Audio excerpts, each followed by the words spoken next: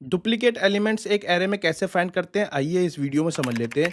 सबसे पहले मैंने इंटीजर टाइप का एक एरे बना लिया ए नाम से और उसमें कुछ वैल्यूज स्टोर करा ली 12, 22, 16, 12 और 16। उसके बाद मैंने अपनी एक प्रिंट स्टेटमेंट लिखी और उसमें मैंने लिख दिया डुप्लीकेट एलिमेंट्स आर।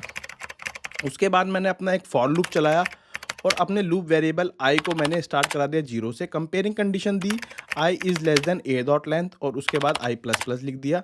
उसके बाद अपना नेस्टेड फॉर लूप चलाया और नेस्टेड फॉर लूप वेरिएबल जे को मैंने इनिशियलाइज करा दिया आई प्लस 1 से। Comparing condition the J is less than A dot length और जे प्लस प्लस। उसके बाद मैंने अपना इफ ब्लॉक बनाया और इफ ब्लॉक में कंडीशन दी अगर मेरा एरे ऑफ आई बराबर है एरे ऑफ जे के तो मेरे को प्रिंट करा के दे दे एरे ऑफ आई की वैल्यू। कॉन्केटिनेशन का यूज़ किया और एक स्पेस दे दिया और प्रोग्राम को इस बार ही रन कर दिया मैंने। तो अब आप देख सकते हो मेरे को स्क्रीन पे शो कर रहा है डुप्लीकेट एलिमेंट्स आर 12 और 16 क्योंकि इस एरे में 12 और 16 मेरे डुप्लीकेट नंबर थे। अब मैं आपको इस प्रोग्राम की वर्किंग समझा देता हूँ। सबसे पहले मेरे को duplicate elements are as a message print होएंगे। उसके बाद फॉर लूप को एग्जीक्यूट करेगा। आई की वैल्यू मैंने इनिशियलाइज करा रखी है 0 इंडेक्स नंबर से तो 12 से स्टार्ट होगी।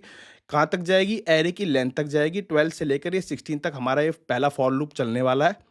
उसके बाद दूसरे फॉर लूप को एग्जीक्यूट करेगा। मैंने जे की वैल्यू क्या दे रखी है आई प्लस 1, आई की वैल्यू है 0, 1। तो हमारा ये फर्स्ट इंडेक्स नंबर पे जो 22 से चलेगा हमारा कहाँ तक चलेगा, एरे की लेंथ तक। एरे की लेंथ है हमारी 16 तक, 22 से 16 तक चलेगा हमारा दूसरा फॉर लूप। उसके बाद इफ ब्लॉक को एग्जीक्यूट करेगा अगर मेरा एरे ऑफ आई बराबर है एरे ऑफ जे के।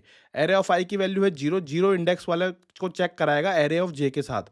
जे वाली इंडेक्स में है हमारा 1 तो 1 इंडेक्स नंबर पे है 22 तो ये 12 22 से पूछेगा क्या तुम मेरे बराबर हो, नहीं। तो 12 फिर 16 से पूछेगा क्या तुम मेरे बराबर हो, नहीं। 12 12 से पूछेगा क्या तुम मेरे बराबर हो।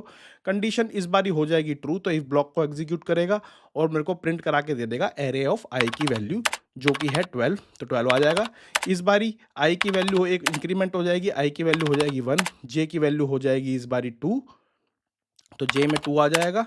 तो इस बारी 22 16 से पूछेगा क्या तुम मेरे बराबर हो, नहीं।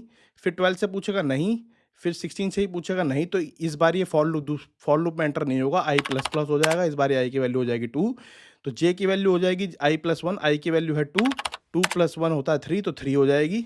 इस बार 16 12 से पूछेगा क्या तुम मेरे बराबर हो, नहीं।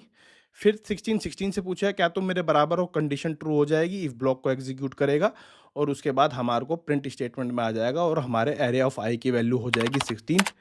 तो उसके बाद एक बारी फिर से फॉर लूप में जाएगा और इस बारी इसको कोई भी डुप्लीकेट एलिमेंट्स नहीं मिलेंगे और हमें फाइनल आउटपुट मिल जाएगा 12 और 16।